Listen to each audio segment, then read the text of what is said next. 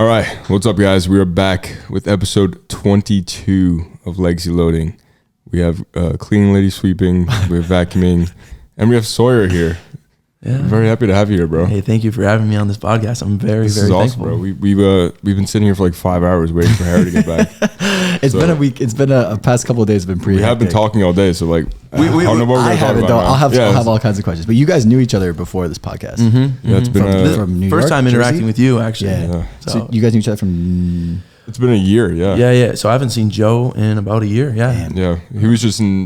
He was staying in Jersey for a month with some of the guys out there, and this was back when Joe was working full time as. Yeah, I was still working my job. Like, doing concrete and stuff, right? Yeah, doing concrete stuff. Well, okay. My biggest reaction with Joe was, I remember, we were filming at a gym, right?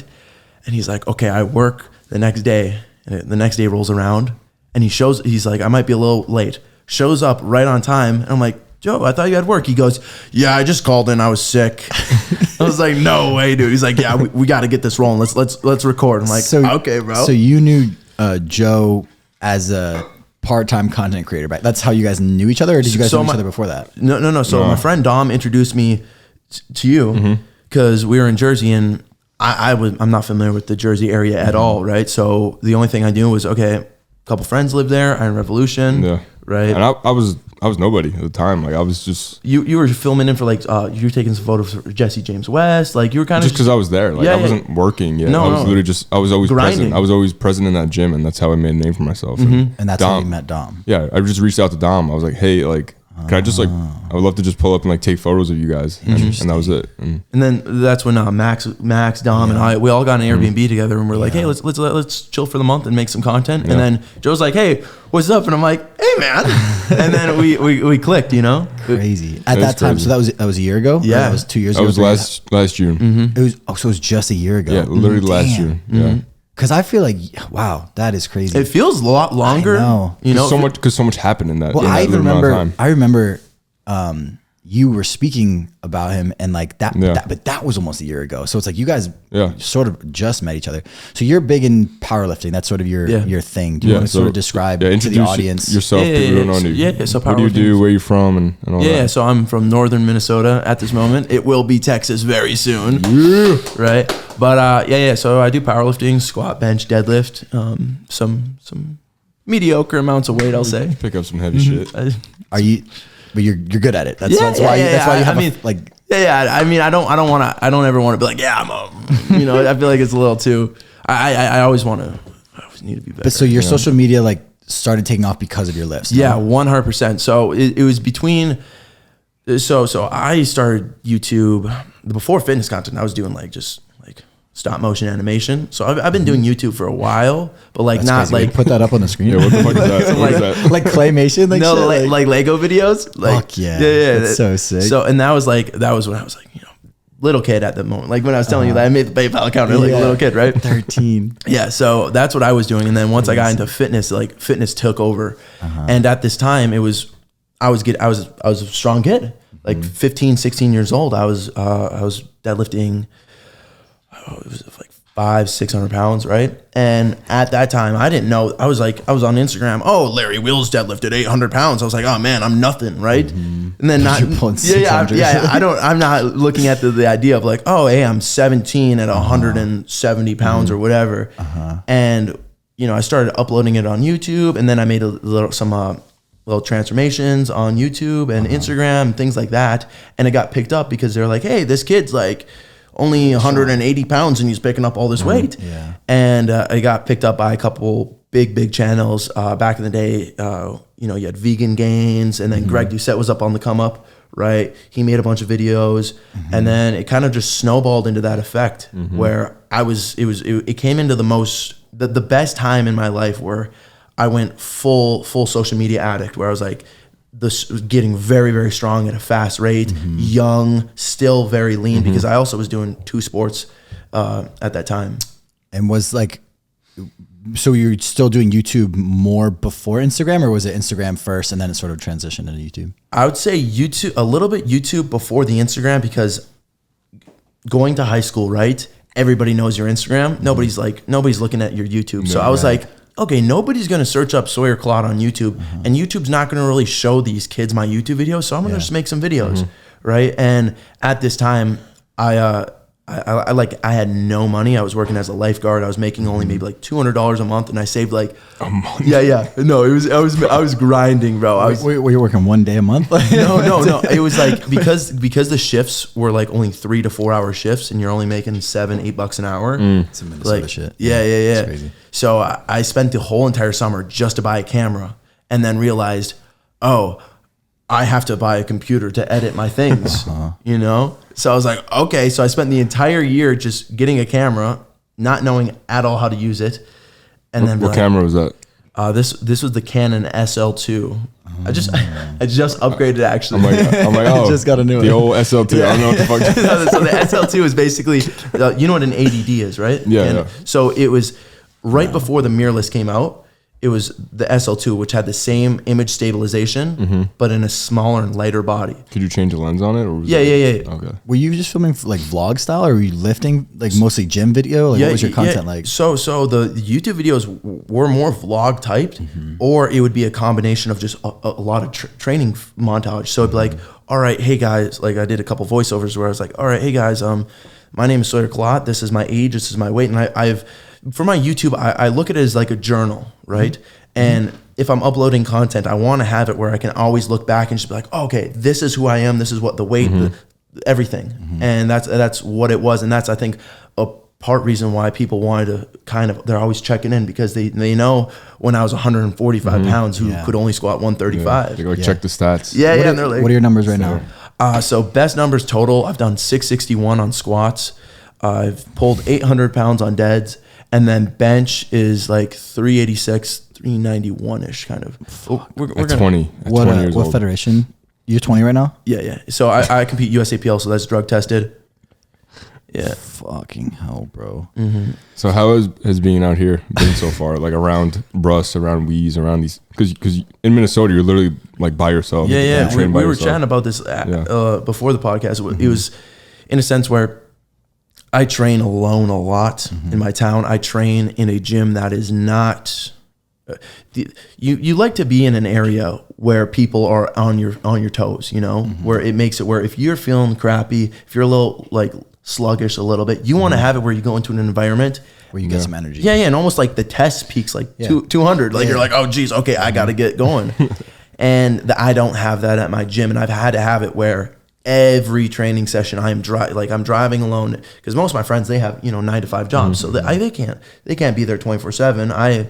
The influencer things and then a normal job, they just don't kind of align, so a lot of things happen where I'm doing things alone, driving to the gym alone, hitting PRs alone, and it gets lonely, right? And the idea is like, okay, if I can grind out all this stuff alone, right? Imagine what I can do when I'm just around. Right. More. Oh yeah. I am like when I've been up till like 4 a.m. almost every day here, thinking of ideas. Literally, I'm like a machine at this point. I can already see this dude like fitting right in with the Corrupted and Outland scene, just like creating hella content. I mean, We's like a duo together, bro. This is gonna be crazy. The thing is, you're gonna see like. So, how's your growth been like trajectory wise? So It's funny. So how I've went about it is a little bit different, because being in my area, there is no people to collab with. And the only time I ever do get to collab with is during the summertime. When you travel. Yeah, I would travel. So like last year, I traveled almost the entire summer. I went to LA, then I went to Jersey, went to Anthony's show. And then I was originally going to go to Texas. Yeah. But then I had a few things that happened. I was turning 20. I wanted to do that in my own town, just certain things like that. But from there, like, I would basically peak during summertime, and then once wintertime, I would go into like this hiatus of no one, like everything would go down in the shit box, right? No one would really know. Yeah. But I kind of liked it last year with that, because it made it where it's like staying in the underpass, nobody knows, and then all of a sudden peak again. Yeah. But at that time, Alpha Land just was kind of opening up, and I feel like it wouldn't have been the best time to go there, because right now when I went there, it's not as packed as it was last year. Last year, like it was so packed, like it felt like it was the hype was like crazy. Now it's more leveled out. Alpha Elite. Alpha Land, my bad. Alpha Land opened up last year, right? The beginning of this year, January. Okay, so but it has kind of died down to the most part, right? And the only time it kind of leveled out, like Because the summer shredding events, it's like, and then it comes back down and levels out. Well, the biggest thing is I just didn't want to train at a gym in which I would have to stand in line for like a bicep machine, right? But then going there on Tuesday, I was like, oh, I could totally work with this. Yeah, it totally depends on the time you go. Yeah, for sure. But that's and Corrupted is like. It's like powerlifter heaven. Yeah, and it's like best of both worlds, where I get to train with the greatest of the greats, but also being able to collab with also the greatest of the greats for the fitness industry. And that's something that needs to happen on top of it, where it's like, if I don't have anybody to collab with, where does motivation go? Okay, because there's motivation, there's consistency, right? And I have the consistency, and motivation comes and goes, right?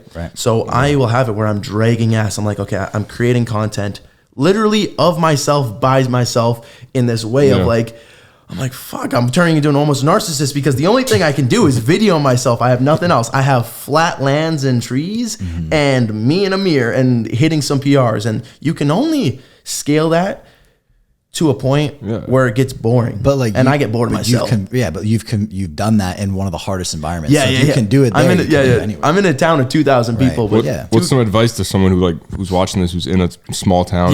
Okay. So how do you stay motivated? Well, from that is like, okay, I take a piece of paper and I write down everything that I need to do. Having the goal of this is what I have to do, right? The list. That is the most important thing to me. So I knew what am I good at, right? Because a lot of people have it where they want to be like somebody else, but if you're just not built like that, or you're just not, your personality isn't that way, you're never gonna. There's no point. Can't replicate it. It's like. Dude, there's a book called The One. It's like me trying to be a singer. Like, it ain't gonna happen. I'm sorry. Like, I ain't gonna be like Oprah. There's a Oprah the singer. That's a clip right there. Oprah. There's this book called The One Thing. I think it's written by Gary Keller, who started Keller Williams. I think that, don't quote me, but I think the premise is all about focusing your time and energy and attention on the things that you're good at. The one thing that you're the best, do that. Like there are so many different ways to quote unquote make it in social media and in the industry. But like you said, like what are the things that I'm the best at? Do that. Yeah. Go and do that. I like how you said write it down too, because we really preach that in like every episode. No, writing down it. Physically writing it down, not just saying it. If you go in my room, right, I have notes all over across my room, right? I have that's not crazy. So I've notes all over my room, all on my mirror. I have it where I have a so I feel like I'll forget to eat sometimes. So I have it where it's like printed on the wall in like big letters. Eat. Just telling me to remind myself. So if I'm editing, I'll have it where I go into like a zone of like so focused on editing that I'll forget to eat. And eating is the biggest thing, especially in the genre of fitness, where so many kids are like 180 pounds. Like I'm like, what's going on? What do you eat? Like what's a normal day of eating for you? Don't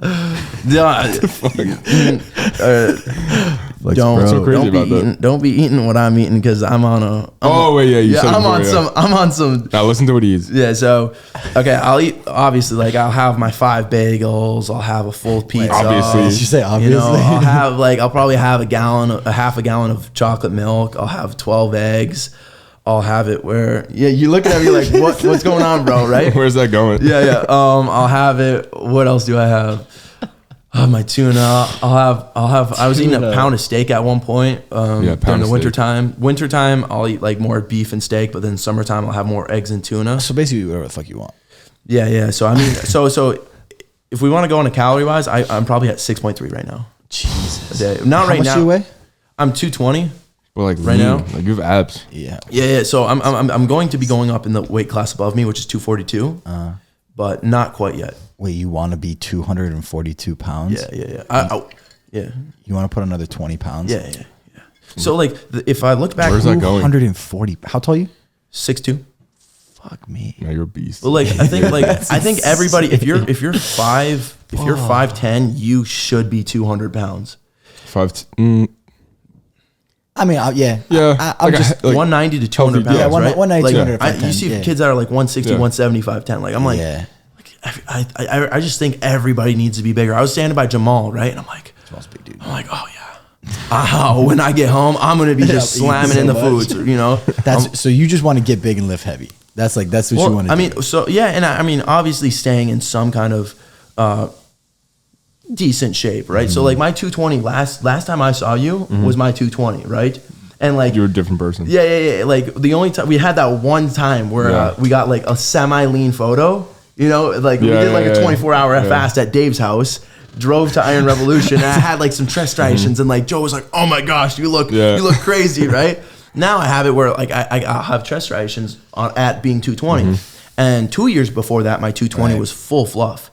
So as long as I'm constantly like kind of recomping and making growing. it, still growing. Yeah. I'm 20 years old. Yeah, your body's exactly. not even like close to its final form. Yeah. So if I can have it where I'm 250 and continue that at like, you know, another 6 years where I'm 250 and I still look. What's the goal? What's the dream? Like you want to be a record holder in powerlifting? Yeah. So I'm gonna deadlift 1,000 pounds naturally. I'm gonna do that, and that's gonna be in a couple. Like I might have it in about a year and a half, maybe a little under a year. Depends on. So I just did 765 last week. I'm gonna pull 855 probably next week with Dave, and then from there, so crazy. We're just gonna kind of keep going and rolling because I'm back on a deadlift bar. And for you guys who don't know, a deadlift bar is a little more bendy and everything. I compete on stiff bar, makes it where it's like when you're picking it up, it's like on a cinder block. Versus bendy bar, it's like, oh, it's a little easier, right? And the gram obviously loves it because when people see bendy bar, that means like, oh, big weight, right? Yeah. So being on a deadlift bar, I just get much more of an advantage, especially having like long arms and everything. Like I got a 6'6" wingspan and I'm only 6'2", right? Most people have a wingspan that's the same as their height, right? So advantage in the deadlift. Yeah, advantage in the deadlift, disadvantage in the bench press. Yeah. Okay. What would you be doing if you weren't doing this? What would you want to do growing up? You'd be acting or like film photography, things like that. Dude, he looks like fucking Heath Ledger, right? I could see that. Seriously. See that. Like, so you're 20. You've been doing social media for over a year. So. Yeah, so I've been doing social media for like since I was like 15, but like it hasn't been like a full time like I was gonna say at what point did you start making enough money to live just through social media? I mean, I would say kind of this year because like I have it where I have money now. Before it was like I was stretching everything thin. Like when I got my first supplement sponsorship at like 17, I think it was, in high school, and that was from My Protein, right? And they're like, "Hey, we're gonna pay you $500 a month." And you're like, "Fuck yeah!" And I was like, "For what?" I was like, "Free shit."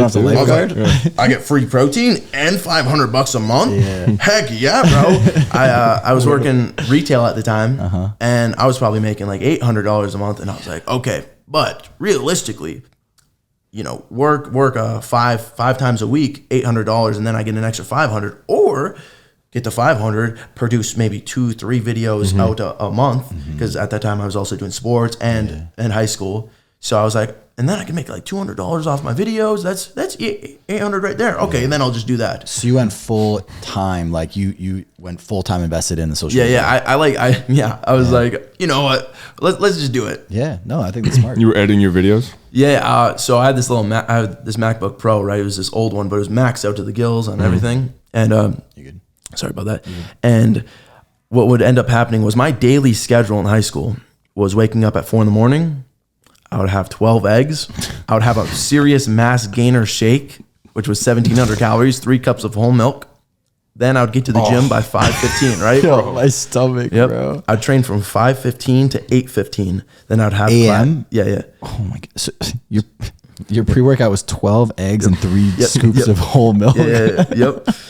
And then I would take pre-workout on top of that, right? Oh my god. Then I would have it where I'm training from 5:15 to 8:15. Then I would have school from 8:30 to 3:15. Then I would have practice from 3:30 to 6:30, and then sometimes I would have work from 7 to 9, and I would just do that. I did that for two and a half years, and then senior year, by that time, I decided, hey, I'm not going to do my sports. I know for a fact because I was lifting more. Well, I was getting more recognition at that point. Being in a small town, like wrestling isn't the main sport in my town. It was hockey, but I didn't do hockey. I did wrestling and football, and nobody cares if you win state at wrestling, right? Yes, it's cool and it's a very like manly sport and everything, but I was getting so much recognition on the internet, and I just felt like more cared about, And I was like, shit, like might as well go full throttle, right? Were you powerlifting the whole time? Like when you started getting, I was literally just going to the gym and working out. Strong as fuck. Yeah, I was just like kind of like just one of those naturally strong people, and didn't realize I was strong. And then as soon as I went on a powerlifting, like actual structured program, and it was like senior year, I pulled like 700 pounds, you know, I was squatting 500, bench 315. Who was around you at the time that was like, dude, you're different. Like this isn't normal. So I had people in the gym who would tell me that, but I'm just like, no, this is no, like, I wasn't thinking anything. It's social media. Social media plays a game of where you think everybody's like you're at this low point. You're looking at Larry Wheels. Yeah, I was looking at like literally like top 1% people, and I'm like, man, I ain't shit, bro. Was Larry one of the guys that you looked up to through social media? Like, what were the guys that you sort of watching? So for me, I'm a competitive person, right? So I would look into it as like, okay, these are my competitions, right? So I devised it into this person like would hype me up. So like Larry had a great montage and videos in which he would just like have screaming and yelling. And I would like, okay, this gets me hyped, right? You'd have like one of Larry's spotters who just like be screaming. Tom Cruise. Yeah. Black Tom R.I.P. Cruise, R.I.P. Right? Yeah, R.I.P. He would just hype it up, and I would just have it playing in my music. I'd just be like, getting in the zone for a deadlift, you know, 675 pounds on the bench. And then I would have it where I'd have my competitors, right? So at this time, what would it be? So my friend Dave, at the time, he pulled like 675. He was getting really, really strong. I was like, all right, this is who I have to beat. So he was like 19, 20 at the time. I'm 16. I'm like, okay, I have to beat this person. And then at like 17, 18, obviously we have James. James was powerlifting at the time. And I was like, we were having this little battle between like, it was Lex, James, and I. And we were like, who can squat the more? So like, did you guys know each other, or was it all just through social media? It was all social media at one point. Lex and James, I think, maybe hung out a few times before me. And then I met all of them for the first time at the Arnold when we went there, because COVID time where like Arnold gets canceled. That's when like everyone met, right? Yeah. And we have it where James and I and Lex, we all had a deadlift session together. We all had a squat session together. And it was just like this hype moment where it's like, okay, I saw you on the internet, and we all had this competitive nature to it. Like, okay, you hit 5 pounds on squat the day this week. I'm going to hit it on Wednesday. You're going to hit it on Friday. And it was just like this just kind of like aggressive, but like healthy competition. It was so dope. It was so cool. And like so cool. Thinking about it as like a teenager, because like nobody was doing that at the time.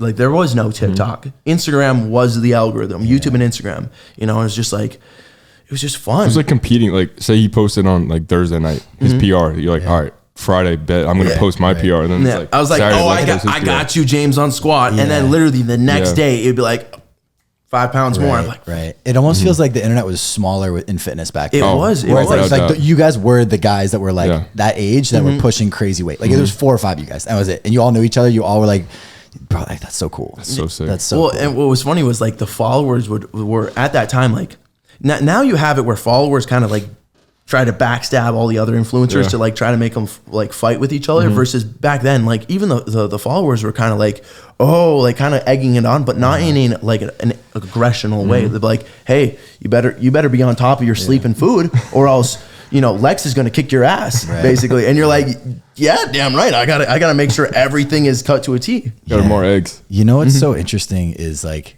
because y'all have been doing this for a few years now, you're saying, right? Like, it's so interesting to see like how all of y'all's paths have evolved just ever so slightly, like where everybody's living, what everybody's doing, you know, like when you all first were like fucking around with James, like, did you think he was going to be an IFBB pro? Probably not. Right. Like you guys were just like, it's just, I don't think he though. No, exactly. That's what I'm saying. But like over time, like it's just so cool where you guys started all together and now y'all are doing like owning businesses and you know, it's so everyone's still so young. That's fucking It's 20. He's not even 21 yet. Like James is 22. Yeah.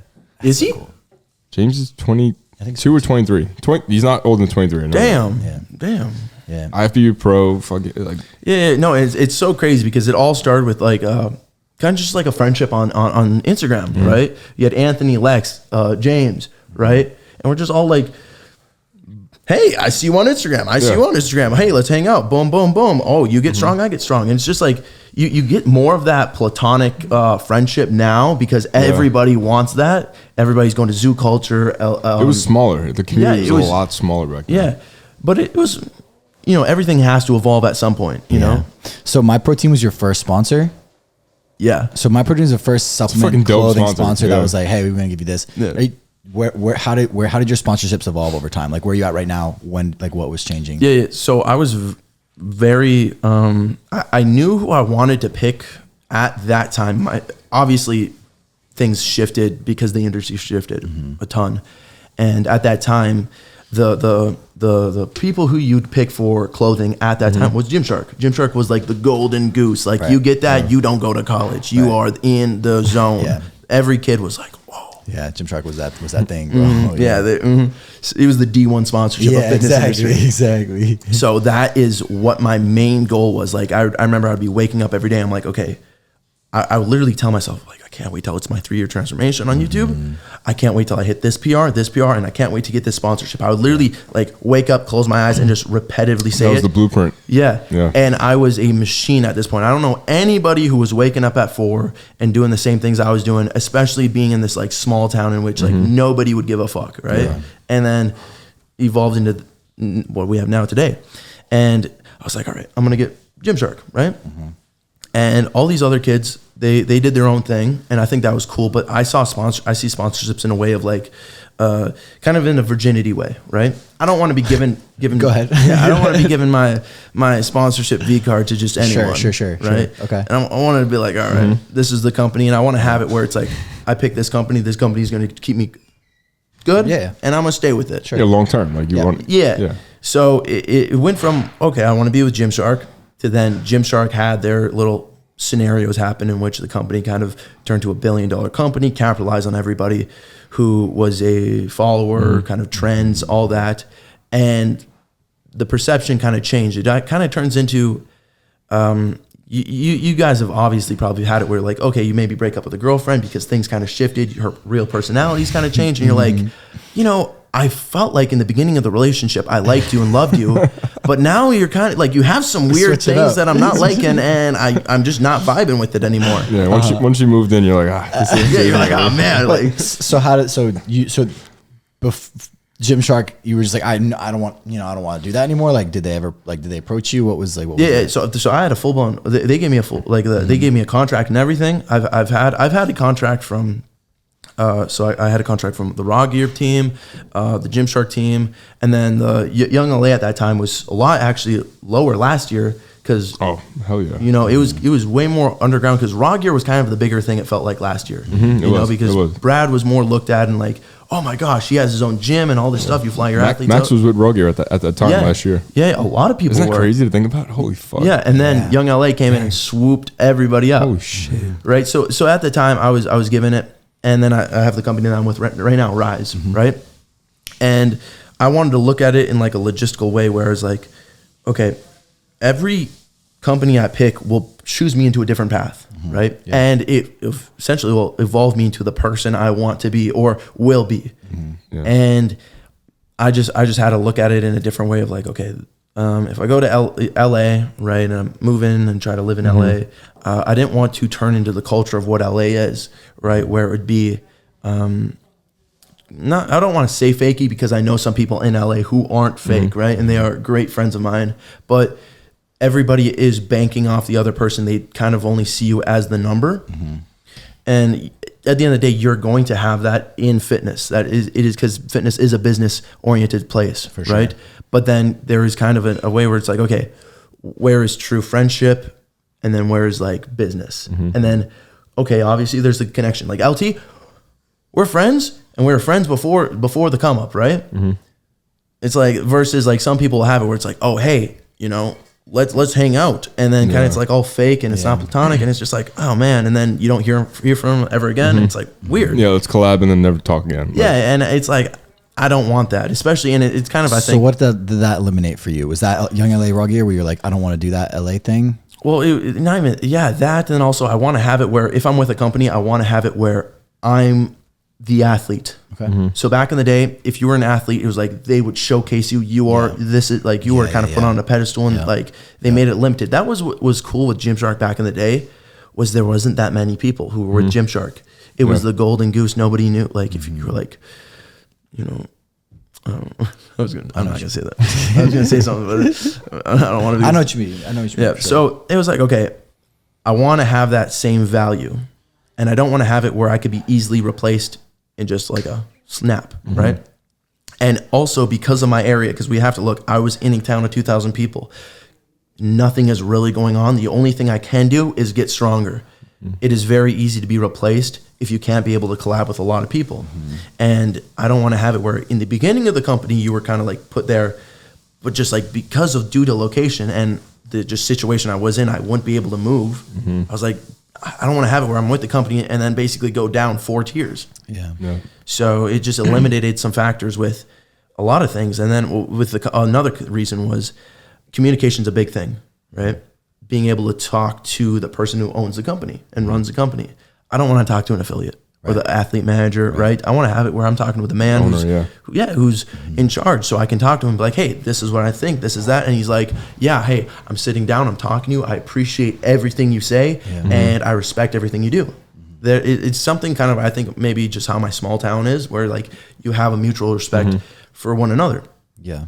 And that's what I got with Rise. Yeah. So you have like your own, you could tell the people like you have your own accessories coming out, right? Yeah. Your own personal. Yeah, like, accessories I have. Rise. This is gonna be like the full. See, like you would have never got that with Raw Gear. You would have never got that with Gymshark. You know what I'm saying? Yeah. No, Dave just they got his put own you line. on a pedestal. That's why. Yeah. Like I think you're in the. I think you're in the right place. Like 100%. Yeah.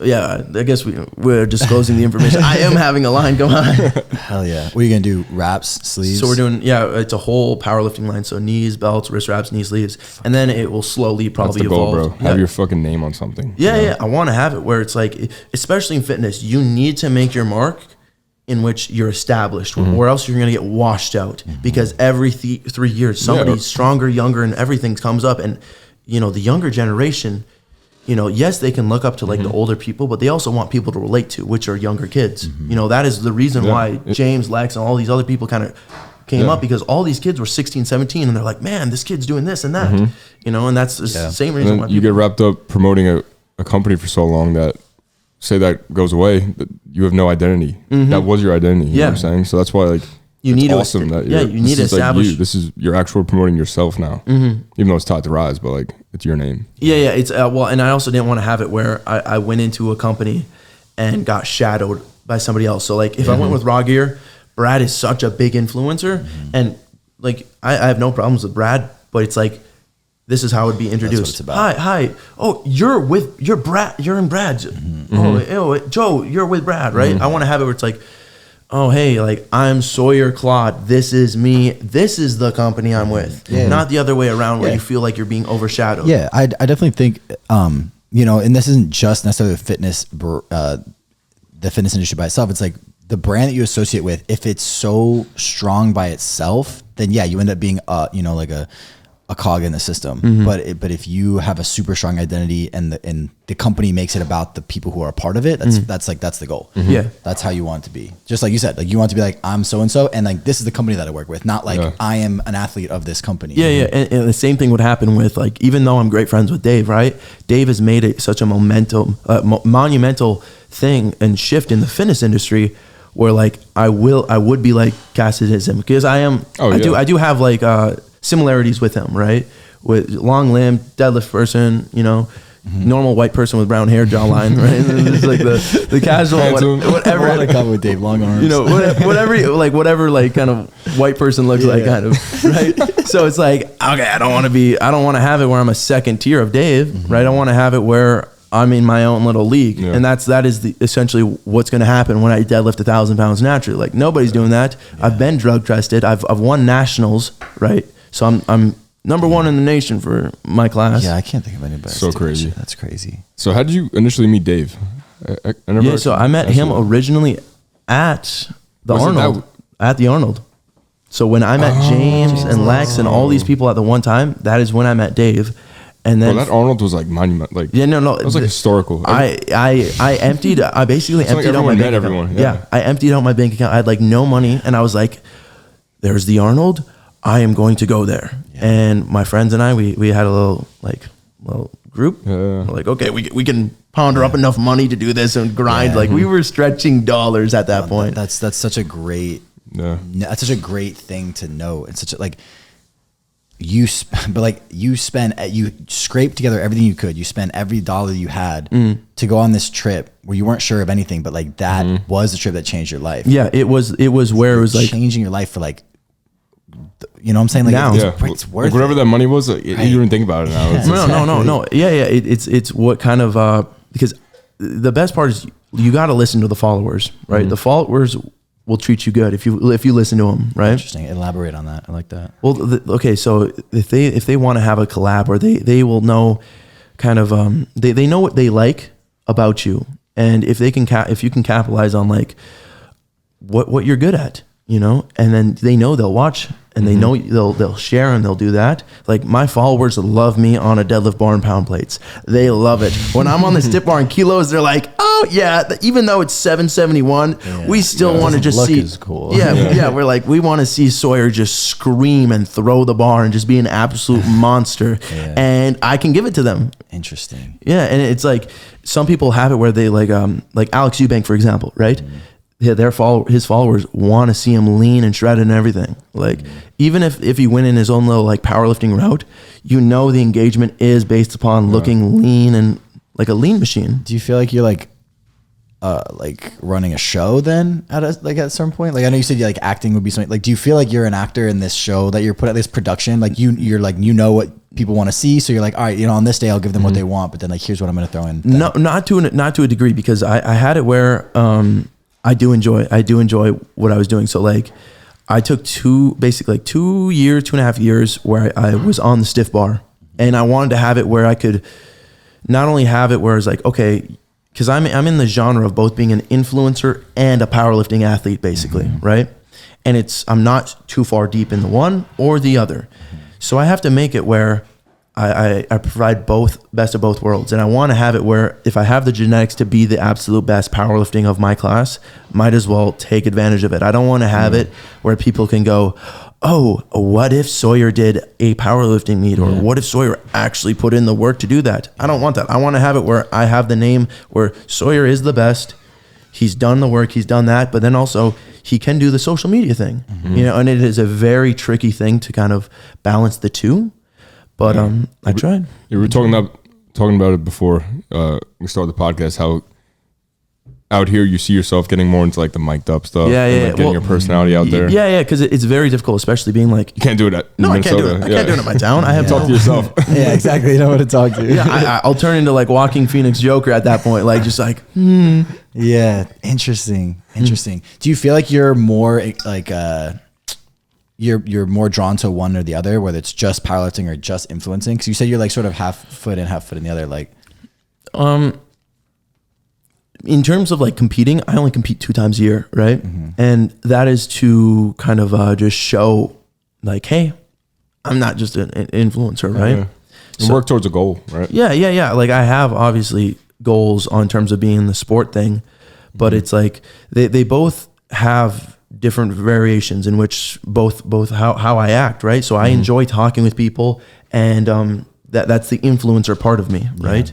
Communication, seeing people, but then we have the athletic part of me that wants to compete, show people that I am the best of the best or whatever, or want to have it where somebody who is better than me, I want to have them where they just destroy me in the competition, throw the ego, just fucking crush me, right? And then I have to wake up and I go, okay, I wake up and I'm like, all right, there's no other day, nothing to do. I got to beat this guy, you know? Yeah. I mean, you're coming to the right place. You're coming to a place where you're gonna see Jamal deadlifting 1,000 pounds. You're like, that's where you and we stand out, bro. Because you guys are strong as fuck powerlifters, but also like you have personality, which is very uncommon. Because a lot of powerlifters are just like boring. They just post their lifts, and that's it. Well, what's nice too is, and Weez and I were talking about this, is you obviously have you need like a yin and a yang when it comes to when you're having like a two-man band. Yeah.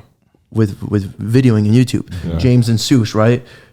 Sush is obviously like the more comedic laughter one. James is kind of like more analytical. Big time. It is probably going to be the same between you two guys, right? Yeah. And that is where you kind of go on like the strength and weaknesses of like, okay, hey, this guy's way better at this, so I'm way more like kind of talkative, like very, very fast, but also a little more jokative. But Weeze is way more calm and kind of has a more swag to him, right? And you need both of them. So yeah, you need both of them to kind of capitalize on both the audience, because you can't just go on just one, right? So it makes it where when you have both of them in the room, it's like, oh, that's actually true. You guys are like complete opposites. Like he's so like chill and calm, and you're like, let's go. Yeah. And we feed off each other at that point, because like, even if if I get sluggish, that's like when he turns on to like kind of what I would be. How did you meet him? So I met him for the first time in Maryland. No, Maryland. Oh, he was like, hey, let's have a deadlift session. And I was on a podcast actually with him. It was like a FaceTime podcast during COVID season, and he was on it. And we and we got talking after that, because I was like, damn, this guy's strong as fuck. Squatting 585. I'm like, damn, okay. I was only 545 at the time. And we got talking, and then he's like, hey, I'm in Pennsylvania. Only have to drive a little bit to go to the Maryland. Do you want to have a little deadlift session? I was like, yeah, let's do it. So we had a deadlift session, and at that moment, I was like, damn, we're gonna be some good friends. Because, right away. Well, did you film that, or was you just? I filmed it. My SD card got corrupted, and I have the footage. I have the full video done, and I can't export it or upload it. But you can play it back on your computer. Yeah, it is. This is there to watch. It is the You should just get like an iPhone and just I know. No. All of Weeze and I's followers, like they know, want to see that. They want to see like the. That's so. I discovered Weeze from one of my friends. He would like send me his videos, because Weeze used to like deadlift and squat wearing like $500 Jordans. Oh yeah. That's what he was known for. He's wearing some UNCs. And dude's like powerlifting, wearing like fire ass shoes, and everyone's like, "Bro, why are you wearing? Buy some fucking, buy some some beaters. Come on, man, Vans." That's how I came across Weeze. That's funny. And then I met him in Jersey, and I was like, "What's up?" Like, I introduced myself, and I was like, "I just shoot a video like of you." Like, what? He's like, "Yeah, bro, do it." And then I shot that video of him. Yeah. Well, what was funny was, so competitive nature, right? That is, you need that to keep going into a sport to be better, right? And when I first started training, I trained with my brother. So my brother's 3 years older than me, and we had it where in the gym, okay, he hit this on bench, I have to hit something better, right? Yeah. And we had it just where it's like an awesome gym partner, right? You know, brother graduates high school, he goes on, I don't have a gym partner. So I had to use social media as a motivator to keep me on my toes of like trying to get stronger. That's where like kind of Dave comes in, you know, Larry, all that stuff, where I was like, Lex, James, like, okay, I don't have any people surrounded me. So I'm going to go on social media and look for competition. Yeah. Try to outdo like whatever, like Lex puts a video up, like, all right, watch this. That's why this move makes so much sense, because you're ever evolving, right? Like you need that more and more competition, more and more inspiration. And like, that's what you're going to find here. Like you've evolved from your brother to social media, and now you're like one step closer. I need people where I'm like, you need the place. Yeah. You say every time you grow is when you travel. Imagine you just like left for good. Yeah, I know. Growth, this is the move. This is the year like where everything kind of like. You're 20, bro. Like, even if things don't work, you can go back home. Talk about the moves. So talk about like what's crazy. Going on in your head. Why now? What took you so long? Or what? Like why'd you what? Talk about that whole thought process of moving your life from a small town to now the Mecca, essentially. Yeah. So I mean, originally like there was no Mecca. Like Texas wasn't it back in the day when I was 15, 16. You know. LA was kind of popping, but it wasn't like the only time LA like zoo culture popped the most was during COVID season, when like the entire gym that was open. Yeah. It was like the only, and so I was like, I'm not moving there. Yeah. You know how expensive LA is just so I can live in a small tent box? I ain't paying $5,000 a month for that. Heck no. Right. So then I was like, okay, the month of Jersey, I was like, maybe I'll move to Jersey, because a lot of influencers were coming out of Jersey and it was kind of popping. Jesse James West, Anthony, David, all these people. I was like, okay, it's popping, good gyms. We'll go there. And then at that kind of moment, Texas, you know, Alpha Land was opening up, and Alpha Land was the move, you know? And I was like, okay, let me just wait, because I cannot afford to make a wrong decision. You know, because I've stretched everything thin since I started. And I'm in a weird situation where, okay, powerlifting doesn't get the most amount of views compared to bodybuilding, because bodybuilding's like, you enjoy the aesthetics of what another person looks like. Yeah. So I cannot be hitting 800-pound PRs every single week, you know, especially as a natural, my body gives out. So it's like, 8 to 16 weeks where I can pull something like one time, right? So I was like, okay, I have to be very meticulous with my planning out, and I can't have it where I overshoot the gun, move to Texas, have no money, and then I have to walk out with my tail tucked, right? So I kind of spent the year, been watching everybody do their thing, gathering plans. Yeah, you've been in the shadows, bro. Yeah, writing in the notebooks. I have books almost of ideas. I am an engine at this point. I'm just like, okay, all I have to do is move. And I just gotta upload. Yeah, it's all ready to go. So that's the game plan. I've been just kind of after Texas. You're like you told me before. You're going to stay with David, right? Yeah. Right now. Yes. What's the plan there? So we're gonna create some cool content. I mean, maybe an 855-pound deadlift. Pull that. Your cinematics. Yep. Yeah. So last time I was with Dave, I pulled 800 for the first time. So I did that at 19, and I really wanted to have it where I've had this steady trend where I pulled 700 at 18, 800 at 19, and I was like, okay, I really want to do 900 at 20. But because of how things worked, I wanted to do nationals, and I wanted to win nationals, stiff bar, kilos, super, super high Christian stuff, basically, right? I decided, okay, I'll do that. And now it's like, I turned 21 in like a week and a half, and like, I'm not used to the bar. I'm not used to anything. So, I mean, we might just finesse an 855. Maybe. Hey, if Jesus wants to grant me a 900, just whip it out my butt and like just hit it like the 855 just moves like crazy. Like, yeah, I'm like, dude, I will be like, you know what? Low 900 so I can complete the 6-year transformation. Because I have a video. So that would be labeled as my 4 or 5 year deadlift transformation, because I have a video of me deadlifting 345 for the first time, and it was 345 to 675. That was my YouTube transformation. I think it has how many years? Under 2 years. Yeah, and it has like 300 pounds. Yeah, I think it has like 200 or 300K on YouTube, and it went really, really well. I gained so much traction off that. Then I have that 700 pull at 18 years old, then my 3-year transformation. Now, because we're coming up on the 6th year, it's almost like a reiteration of like that 3 years. So I took I hit my 3-year transformation. I've been lurking in the shadows. And then now it's like, once it's 6th year, it's like, all right, I have this hard drive filled of training footage, and I just got to drop it, and then mass produce it and post it all over TikTok. Yeah. Interesting. Bro, it's insane. YouTube Shorts. You're like plotting. You've literally been like making a master plan this whole time in the mountains of Minnesota. Yeah. And when do you make the move to Houston? I mean, realistic, I've been looking at like Airbnbs, and I was thinking, okay, maybe apartments, but Airbnb is the move, because I don't want to have to buy a bed, mattress. Airbnb. Yeah. I don't know if we've even gone to super depth on the pod, but like it's such a hack. And Airbnb is such a hack. The Wi-Fi. Yeah. The Wi-Fi in itself. I had a fucking bed. I had everything. Yeah. Everything tables, was here. The only thing table right here. Get groceries, and that's it. Yeah. Gym pass, groceries, and you're good. Yeah. So literally, it's literally it. Yeah. So I might have it where, depending on a few things, sooner or December or sooner. Okay. That is what's in my mind. I have a couple things I have to clear up in my town. Like I bought a full gym. You what? Yeah. What did you just say? I have a full gym in Minnesota. You bought a gym? Yeah. So during COVID season, right, we had all the whole George Floyd thing happen, burning buildings in Minneapolis, right? A lot of businesses went out. A bunch of things had to be liquidated. And I kind of swooped in thinking, hey, I need gym equipment, because I got so strong where normal gym equipment wasn't working. So I was like, all right, I have this amount of money. I'm just going to buy gym equipment. So we'll throw a little photo up right here, and I'll show you how much equipment, right? But it's like, so you just bought the equipment like wholesale? A lot of it. So it was either single pieces that I'll drive 7 hours to go get, load it, drive 7 hours back, right? Because I'm 5 minutes from Canada. So for me to go to the airport, it's a 7-hour drive. Wait. What? Yeah. What did you say? For one piece. Yeah. For you to go to the airport? Yep. To fly out of Minnesota, I have to drive 7 hours. What? Yeah.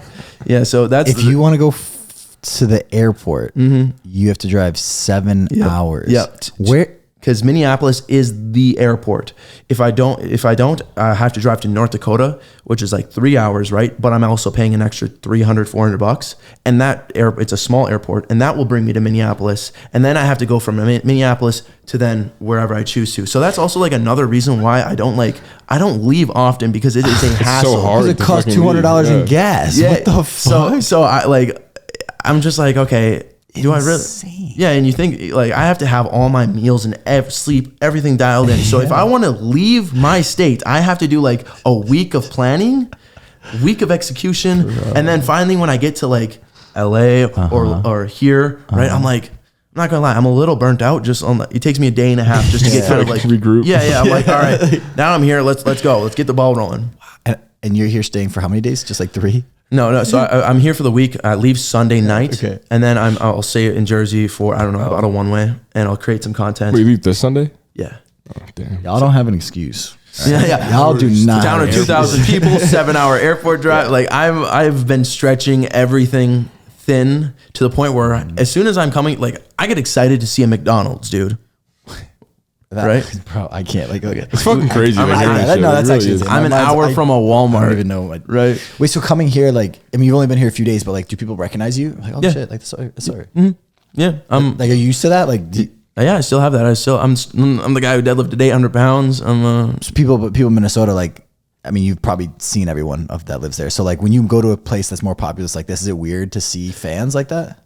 Oh, yeah, I get what you're saying. Yeah, so in Minnesota, everybody sees me as just Sawyer, so it's like normal. Yeah. When I go into the city part of Minnesota, though, I'll get a little more fan interaction, kind of like that. Yeah. But the biggest thing was like when I went to Jersey or LA, it was a lot more. Yeah. And I was like, kind of the first time I was a little overwhelmed. I was like, damn, like I got some fans, like they're real. Yeah, Jersey was fucking crazy. You know, I was like, damn, I'm actually taking photos. Yeah. Walking the boardwalk. Yeah. Oh, Max Sawyer. Like, I was like, oh my God. You know, it was cool because I never got, the only thing I do get is like DMs, and I respond to almost every single DM I get. Yeah. Right.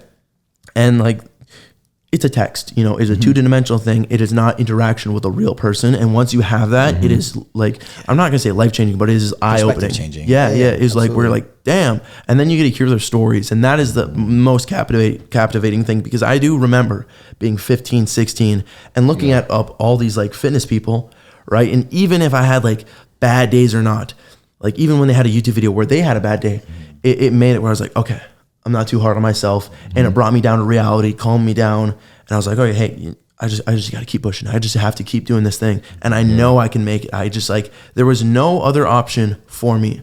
I was like, I have to make it, or else I die. You die? Yeah. Fuck, all right. Like, no, that's the way I went about it. Who was someone you used to watch back then on YouTube? Who was like who's your main guy back then? Oh, okay. So, man, So this was kind of like, we obviously had like Natty You're Not Kenny KOs. We had, you know, we had the Larry Wheels. We have David, Callum. Yeah. I just love. I didn't watch. Callum was my idol, bro. I would watch him, and then I didn't watch Greg O'Gallagher. I didn't do that. That was my first. Yeah, and I wasn't too involved in the fitness community in a whole. I would like watch it more so on Instagram, YouTube. I wasn't paying attention too much. The biggest thing was I was so focused on like just my own overall like training, sleep, and just getting better each week. So I wasn't paying attention really too much to like what other people were doing. I was watching like the Arnold bodybuilding blueprint thing, and that was a big thing for me.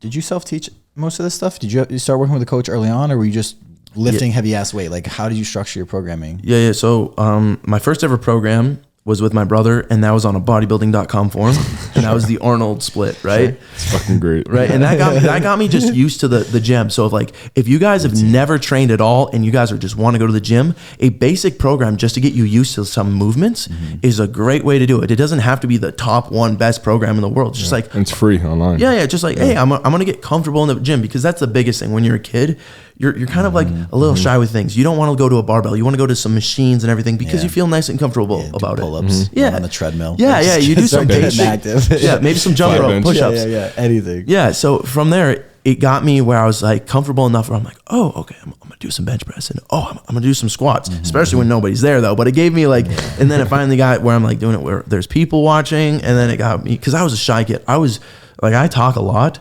right? But I was not like that. I was very shy, wouldn't talk to people, like headphones on. Like every time I went to high school, I would throw my hoodie on, headphones on, and look down and not talk to anybody. Yeah. And I was also like, I had the lowest in everything in my class, right? I was not school smart at all. I had it where like everybody was like, would label me as like kind of like the dumb kid. right? And that just fueled me even more because I was like, okay, because I cannot retain this information that was happening, but I could retain this gym information. Like for some reason, it was just passionate about. It was just click. Like I would do hours of researching on it, and I was like, okay, I can. This kid can beat me in science, but if we go to the gym, I guarantee I could school him. I would not even beat his ass, but like I could school him. Like he's not even bench pressing correctly. Like you don't know what you're doing, kid. Right? Yeah. So I was like, okay, I'm good enough on this. Why not be great? Right? I mean, you found what your passion was at a young age. And what you were good at. And you ran with it. That's the thing. Like, we were talking about that last night. It's like, it's so crazy when you align what you're good at with your passion. And if you have both of those, that's fucking amazing. Yeah. And then add in some consistency and hard work. And we were just like, you're focused. What would you, 58. Okay. What would you say would be like the 3 traits that separate you from the crowd? Like what makes the three things about you that are like identifying? My strength. Yeah. That's the biggest thing. Raw. Like I'm strong, right? I say personality, bro. Like So personality has it where I feel like everything goes like a million miles an hour for me, and I'm always coming up with things. A lot of people have it where they're like, "Oh, hey, how's it going? How are you doing?" Right? And I have to slow myself down for that because I'm always thinking 24/7, a million miles an hour, which is great for social media when it comes to ideas. Yeah. Which is why I need that other yang to like keep me chilled. So having that, and I think just having it where I was now, but like especially when I was in high school, where there was more things stacked against me, where I was very focused and just hardworking. Right, there was times where I wouldn't get any sleep, but I would plan every single thing, and make it where whatever happened, even if it was a shitty day, I would make it where it was the best. And a lot of people they want to go with good enough, but I knew I wasn't going to if I wasn't going to capitalize on just these. You're only going to be 17 once. You're in the most adaptable stages of your life. I wanted to capitalize on every single moment of that, and I did, and I'm proud I did. Yeah, that's why you're here now. Yeah, that's why you're on Legacy Loading. Yeah, I think. I'm gonna get the live set up. Okay, cool. I think one of the things that even from this conversation, what I've gathered is like, I'm getting this sense of like you want to see what you're physically able to accomplish. You want to see what you're made of. You want to optimize. Every year of your life that goes by, you want to absolutely be pushing your own limit. You want to see what's possible. I'm sort of like getting that where like that's like what drives you is like what can I fucking do? Yeah. Well, and then like I have no problem with people like who take steroids, right? I have no problem with that, but I want to have it where it's like, what can I do? Yeah. And I'm sure there's like a chip on your shoulder too when you're doing more weight than these people that are they're significantly enhanced. Like, I can working do that. harder too. Right. Yeah. Right. But and it's like, well, but it's like it's a God-given strength at this point, right? Yeah. It's just like some people have it where like they can take a lot of gear, but they ain't deadlifting 700 pounds. I'm like, oh, okay. You're gifted and you work hard. You know what I'm saying? Yeah. That's why you're so special. Obviously. So we go live and we let someone ask you a question. Oh, that's cool. Yeah. That's cool. I like that's unique. Yeah. Go on Instagram and just jump on the live. You can turn the volume all the way down because it'll still record the volume on your phone. So just screen record it and jump into Joseph's IG. What's up, fuckers? What's the dream collab? Ooh, dang! Oh man, that's a good one. David Lade. Saving that one. It's like it's people I've never collabed with. Yeah. Oh dang. Damn! Oh man, I don't even know. Like, does it have to be fitness? Just rattle off a couple. No. Oh man, be fucking Elon Musk. Yeah. Elon Musk on the deadlift platform. Crazy, bro. No, that'd be. Oh my gosh! Yeah. Elon Musk 405 deadlift. Daddy, you're not Elon Musk. Elon Musk 405 deadlift. Like conventional. I don't know, like George Lucas. Send some invites. Yeah. I'm a big Star Wars nerd. Yeah, right. Yeah. Funny enough. Hell yeah. Oh man, like George. If you're listening to this, bro. Maybe some Johnny Depp. Lucas? Johnny Depp. I like Johnny Depp action. Elon Musk. Johnny Depp bench chest.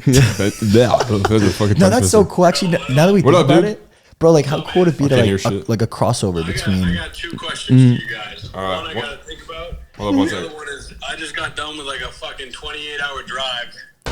28? You go to the airport in Minnesota? Yeah, I drove. I'm literally sitting out front of Alpha Land right now. Oh shit, that's crazy. Yeah, and I'm trying to figure out how the fuck to get in there, but You got to go around, not the headquarters entrance. Wait, flip your screen. Let me see where you're at. yeah. I'm in the parking lot opposite. Let me see. Dude, that's It's crazy. not the headquarters entrance. Yeah, no, it's you got to come out of there and go left down the industrial. It's called 28 Industrial hours. Drive. This is where my shit brought me, and I was like, this doesn't look right. I was like, I've seen a couple videos. I was like, that don't look right. You can't miss it. Go left. All right, yeah. You got to go down Industrial Drive. It's like right there. You come out and go left. All right, sounds good. Yeah. All right, you got a question for Sawyer? Yeah. Say what's up, Sawyer. Hi. Cool. See it. Come on. Don't fumble. How do I get to Alpha Land? What's the biggest challenge, fitness related or not, you've gone through in your life? How did you overcome it? And what's one thing that pushed you to overcome it? Let's go. Good question. Okay, it'd be taking that leap of faith, right? Like similar to moving to Houston, right? Mm-hmm. That is the biggest thing. But then also having it where you have people surrounded you saying, just jump, right? That support system. Yeah. Like Joe, I remember Joe was like, dude, you got to come out here. Mm-hmm. At Weeze, he's like, just come here for the week. Mm-hmm. I came and I'm gonna stay here. Yeah. You know, I know this is gonna have to be the place. Yeah.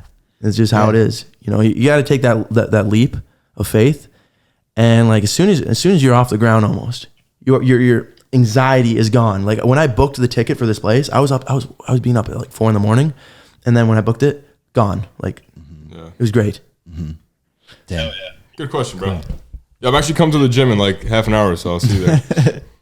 We'll see you around. Yeah, I hope you find the entrance, bro. If not, I'll help you when I get there. I will or I won't. I guess we'll see.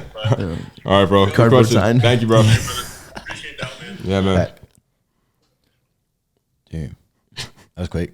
Dude, he's like, I got 2 questions. Couldn't find how to get in. I get it. He's been sitting there for an hour. Damn. All right. The question, bro, of questions, legacy loading. Mm-hmm. What does leaving a legacy mean to you personally? Oh, I want to have it where, the full legacy of me will have it where I will be remembered as one of the GOATs, right? Mm-hmm. That like, you have Ed Cohen, right? Who's labeled as like the GOAT of powerlifting. You have Arnold Schwarzenegger, who evolved himself from being a bodybuilder to governor to actor to whatever now, right? You have Dwayne "The Rock" Johnson, who went from WWE to now actor to has his own drink. He's like a billionaire. Is he a billionaire? Not yet. I don't right? think. But give it 100 millionaire. Give it 2 years or whatever. Yeah. I want to have it where I excel in every single aspect that I do. And I would love to have it where I create a movie, I act into it, right? And the best way to do it is, okay, where are my strengths in blowing up my social media? Because social media, like if you can gain your following, that is just like an extra step of like people having like, okay, you know what? You've built yourself up to something. Let me give you a shot, right? And from there, you can take it. You can take the world at that point, So I want to excel in as much as possible. Right now, 1,000 deadlift, and then maybe 1,500. I want to do that. Fuck yeah, bro. You're going to do it. You just 1,500 deadlift. 1,500. Yeah. Isn't that like... that's the clip. You like go to the Zoom in the face.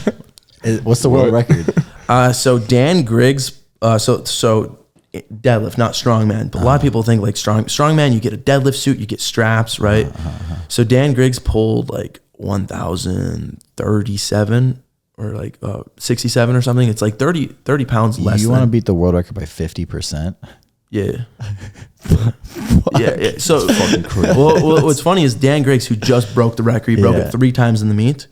I was on a podcast a few months later. It was I can't remember, but anyways, he basically was telling me like, oh hey, what do you want? I was like 1,500, right? I was getting flamed in the comments, all this stuff, right? They're like, oh man, you're delusional, you're all this, right? Dan Griggs hits me up and he's like, oh hey, sorry, nice to meet you. Really like the podcast you were on, like the idea that you said 1,500, right? Because I only pulled 800 at this age, right? And I pulled at like 19. It was a significant age gap between it. He's like, I think you can do it. This man just pulled the world record 3 times in a row.